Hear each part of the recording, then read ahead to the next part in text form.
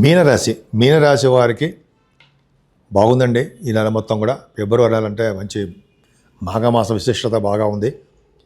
శని మీ రాశిలో ఉండడం వల్ల కష్టపడి పనిచేసే తత్వాన్ని కలిగిస్తాడు మీకు. అది గ్రేటే కదండి. మిమ్మల్ని కష్టపడి చేస్తుంటాడు, మిమ్మల్ని మంచి మనుషులుగా తీర్చిదిద్దుతాడు. అది ఏలిన ప్రభావం కదా. అంత విపరీతంగా మిమ్మల్ని చంపేయడు కానీ చిన్న చిన్న ప్రాబ్లమ్స్ కలిగిస్తాడు, చిన్న అవరోధాలు కలిగిస్తూ ఉంటాడు. సమయం పట్ల భోజనం సమయం పట్ల ఏ పనైనా సరే చేయడానికి కొద్దిగా బద్ధకం కలిగిస్తూ ఉంటాడు. ఏం భయపడకండి, అన్నీ మంచి జరుగుతాయి. ఏదైనా ఫైనాన్షియల్గా కుటుంబ పరంగా ఏమాత్రం ఇబ్బంది పడరు. ధనప్రాప్తి కలుగుతుంది, అదృష్టము ఐశ్వర్యం కలుగుతుంది.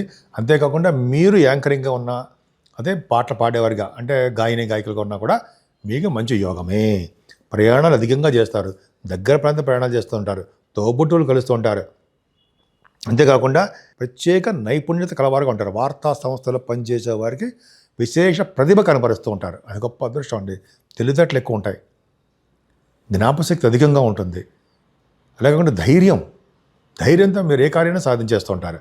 పైగా గురు ప్రభావం, చతుర్థ గురుడు దోష ఫలితాలు ఇస్తాడు అంటాం. ఆయన చతుర్థ భావం ఉన్నప్పటికీ కూడా విద్యని బాగా ఇస్తాడు. మీరు లగ్నాధిపతి కదండి, అదే మీ రాశాధిపతి అనుకుందాం. మీ మీనరాశాధిపతి 4th భావంలో ఉన్నాడు, విద్యని ఇస్తాడు. పండ్ల తోట రైతులకు మంచి బాగా డెవలప్మెంట్ చేస్తుంటాడు. అలాగే క్రీడాకారుగా అద్భుతంగా ఉన్నట్టు చేస్తుంటాడు. లలిత కళల పట్ల ఇంట్రెస్ట్ ఉండేట్టు చేస్తుంటాడు. చతుర్థ భావం గురుడు ఉన్నాడంటే తల్లిగారికి బాగుంటుంది, విద్యలో రాణిస్తారు, అధికంగా రాణిస్తారు. భూములు, గృహాలు అంటే ఇళ్ళు, వాహన యోగము ఇవన్నీ ఉండడానికి అవకాశాలు ఎక్కువ ఉన్నాయండి. మ్యూజిక్ రంగంలో అంటే సంగీతంలో ఉన్నవారికి, సంగీత డైరెక్టర్స్లో అంటే మ్యూజిక్ రంగంలో ఉన్న డైరెక్టర్స్కి, వాళ్ళకి డైరెక్టర్సే కదండి అందరికీ కూడా చతుర్థ భావం గురుడు వలన శాంతి, ప్రశాంతత, డెవలప్మెంట్స్, ఆదాయము, కంఫర్టబుల్నెస్, హాయిగా ఉండేట్టుగా తత్వం మీరు ఉంటారు. ఈ సంతాన విషయంలో ఏమాత్రం ఇబ్బంది పడండి. చక్కటి సంతానం ఉన్నారు, సౌకర్యవంతంగా ఉంటుంది. పుత్రికా జననం మీకు కలగడానికి అవకాశాలు ఎక్కువ ఉన్నాయి. స్టాక్ మార్కెట్లో కూడా ధన సంపాదన ఉంటుంది. కొంతమంది కూడా వాళ్ళ జాతకాల రీత్యా లాసులు వస్తాయి. కొద్దిగా జాగ్రత్తగా చూసుకోండి. ఏదైనా మీ కేతువు మిమ్మల్ని కాపాడతాడండి. అంటే ఆరంభంలో ఉన్న కేతువు శత్రు భయం లేకుండా, రుణ భయాలు లేకుండా, అంతేకాకుండా రోగ భయాలు లేకుండా, మమ్మల్ని భయం అంటే ఏంటి అర్థం ఏంటంటే వాడి దీర్ఘకాల రోగాలు లేకుండా కాపాడుతుంటాడు. హాస్పిటలైజేషన్ కాకుండా, శత్రువుల వల్ల మీకు ఇబ్బంది కలగకుండా భగవంతుని మిమ్మల్ని కాపాడుతాడు కేతువు. అందుకే గణపతి ఆరాధన చేసిన వారికి శత్రు భయం ఉండదు, సేవకా జనం ఉంటారు. కానీ భార్యాభర్తల విషయంలో చిన్న చిన్న మనస్పర్ధలు, కోపతాపాలు, చిన్న చిన్న ప్రాబ్లమ్స్ ఉండడానికి అవకాశం ఉందండి. కొంచెం జాగ్రత్త చూసుకోండి. అది చిన్న ఇదే. కానీ మీకు లా రిలేటెడ్ సంబంధించిన విషయాల్లో గెలుస్తారు, ఫేవరబుల్ రిజల్ట్స్ వస్తాయి. అంతేకాకుండా మీకు శనీశ్వరుడు అంటే గురుదృష్టి ఉండడం వల్ల మీ రాశి వారికి, పైగా మీకు అష్టమాధిపతి 9th house లార్డ్ కూడా అయ్యాడు కాబట్టి 12 భావం ఉండడం వల్ల దూర ప్రయాణాలు చేస్తారు. ముఖ్యంగా మీకు సడన్ గెయిన్స్ ఉంటాయండి. పూర్వీక సంబంధించిన ఆస్తిపాస్తులు వస్తాయి. అలాగే లా రిలేటెడ్ సంబంధించిన ఇందాక చెప్పినట్టుగా సక్సెస్ అవుతారు. ఉన్నత విద్యరీత్యా మీరు విదేశాలకు వెళ్తారు. ముఖ్యంగా మీనరాశిలో చెప్పదగ్గ అంశం ఏంటంటే డాక్టర్స్ ఎవరైతే చేస్తున్నారో, డాక్టర్స్ వృత్తి, MBBS వృత్తి కాదండి, కోర్సు మీరు చేస్తారు కదా, MBBS కోర్స్ చేస్తున్నారు, తర్వాత MS కోసం విదేశాలు వెళ్తారు. ఖచ్చితంగా విదేశాలు వెళ్ళడానికి అవకాశం ఉంది. స్టెప్ 1, స్టెప్ 2 లేదా స్టెప్ 3 విదేశాల్లో రాస్తారని నాకు ఫోన్లు చేస్తుంటారు. నాకు మాత్రం ఎక్కడ తెలుసు. వాళ్ళందరూ కూడా విదేశాలు వెళ్ళడానికి అవకాశాలు ఉండి తీరుతాయి. పైగా ఖచ్చితంగా ఆ రాహు అనేవాడు కుంభరాశిలో ఉన్నాడు కాబట్టి డెఫినెట్గా ఫారెన్ వెళ్తారు. అదొకటండి. చేస్తున్న వ్యాపార అభివృద్ధి ఉంటుంది.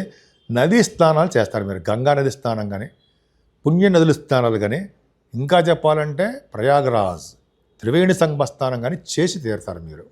అదృష్టం కదండి. మీరు చేస్తున్న ప్రతి బిజినెస్లో సక్సెస్ అవుతారు. ముఖ్యంగా మీరు చేస్తున్నటువంటి ఉద్యోగాల్లో కూడా బాగా డెవలప్మెంట్స్ ఉంటాయండి. ముఖ్యంగా బ్యాంకింగ్ రంగంలో ఉన్నవారికి, విద్యా సంస్థల్లో ఉన్నవారికి, ఇంకా చెప్పాలంటే మీ సాఫ్ట్వేర్ రంగ ఉద్యోగస్తులకి, గవర్నమెంట్ సంబంధించిన ఉద్యోగస్తులకి చాలా చాలా చాలా బాగుంటుంది. మీరు చాలామంది కూడా ఒక టెంపుల్స్కి అధికారిగా ఉంటారు, దేవాలయాలకి అధికారిగా కూడా ఉంటారు. మీరు చెరువులు, బావులు తవ్వించడము అదృష్టం అండి. అదొకటి మీకు అదృష్టంగా ఉంది. అదేకాకుండా మీరు చేస్తుంటే ప్రొఫెషనల్గా థ్రిల్లర్ బాగా డెవలప్ అవుతారు, అంటే ఉన్నతంగా రాణిస్తారని అర్థమవుతుంది.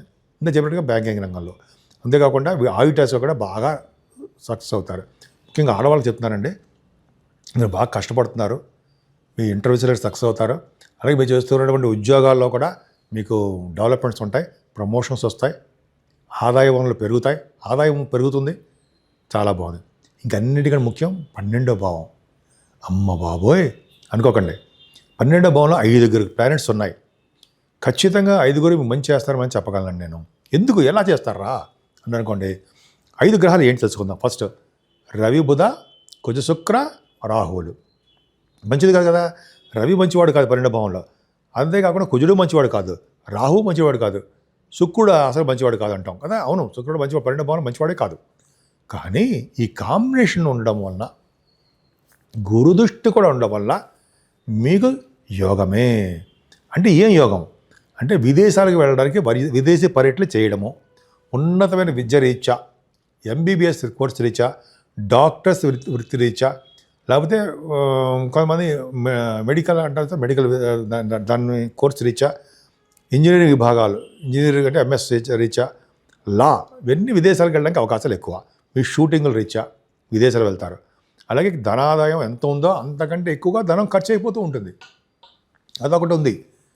అంతేకాకుండా పుణ్యక్షేత్ర దర్శనాలు, పుణ్యనది స్నానాలు, ఫారిన్ కంట్రీస్ వెళ్ళడాలు, విమానాల్లో తిరగడాలు, ఇవన్నీ మీకు ఉంటాయి. అధికంగా ధనం ఖర్చు అవ్వడము, అలాగే మీకు ఫారిన్ కంట్రీస్ ఖచ్చితంగా ఉండడము, తీర్థయాత్రలు, గంగా స్నానాలు చేయడము, ఉన్నతమైన విద్య రావడము, అలాగే అనేక రకాల శుభాలు జరుగుతూ ఉంటాయి. దానికి తగ్గట్టుగా ఖర్చులు కూడా అధికంగా ఉంటాయి. సో అదన్నీ పక్కా పెడితే అసలు ఈ నెలలో చేయవలసిన కార్యక్రమాలు ఏంటయ్యా అని అన్నారనుకోండి. ఇది అత్యంత పరమ పవిత్రమైనటువంటి మాసం, మాఘమాసం. 12 మాసాల్లో కన్నా అత్యంత పవిత్రమైన మాసం మాఘమాసం. మాఘమాసంలో చేసే స్నానం చాలా పవిత్రం. అలాగే దానం, ఈ రెండింటికి ప్రాముఖ్యత ఉందండి. అంతేకాకుండా పౌర్ణమి కూడా వస్తుంది, మాఘమాస పౌర్ణమి. మాఘమాస పౌర్ణమి 1వ తారీఖు అనుకుంటా. ఆ రోజు చేసే స్నానాలు సంకల్పపూర్వక స్నానం. సంకల్పపూర్వక స్నానం అంటే మీరు ఎక్కడున్నారో, ఏ ప్లేస్లో ఉన్నారో, మీ గోత్రనామాలు ఇవన్నీ చెప్తారు, మీకు తెలిసిందే. అది స్నానం చేయడము. స్నానం చేసిన వెంటనే దానాలు, వెంటనే అంటే తుడుచుకోకుండా కాదండి, కొంచెం బయటకు వచ్చాక, నదిలో ఎప్పుడు ఇవ్వకూడదు దానం అనేది. కొంచెం బయటకు దూరంగా వచ్చి వేద పండితులకి దానం చేయడము. వస్త్రదానము చాలా ఇంపార్టెంట్. వస్త్రదానం అనేది చేయడం వల్ల మళ్ళీ వస్త్రం కట్టుకోకుండా ఉంటారు, అంటే మళ్ళీ పుట్టవలసిన అవసరం లేకుండా ఉంటారని. దీపదానం గొప్ప అదృష్టం అండి. చిన్న వెండి ప్రమిదలో దీపదానం చేయండి. నువ్వులు అంటే తిలదానం చేసిన వాళ్ళకి జనరల్గా అంటే తిలాహ పాప హరాహ అంటాం కదా. తిలాహ పాప హరాహ అంటే తిలదానం చేసిన పాపాలు హరిస్తాయని కదా, అంతే కదా. పైగా మా అఘ అంటే అంటే వద్దు, అఘ అంటే పాపాలు అంటాం, అంటే పాపాలు మనకు వద్దు అంటాం కదా. మాఘమాసంలో చేసిన ఏ పుణ్యం చేసినా పాపాలు మనకు అంటావు. మంచి పనులు చేయాలి, పాపాలు మనకు రావు, పుణ్యాలే వస్తాయి.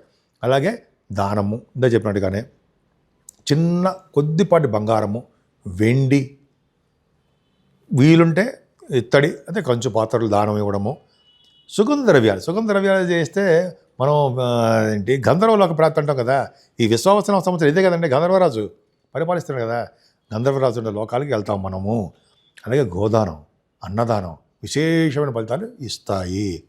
అన్నిటికన్నా ప్రాముఖ్యత ఏంటంటే అమావాస్య రోజుని మనం అంటే జనరల్గా ప్రయాగరాజ్ స్నానం అంటే త్రివేణి సంగమ స్నానం చాలా పవిత్రం.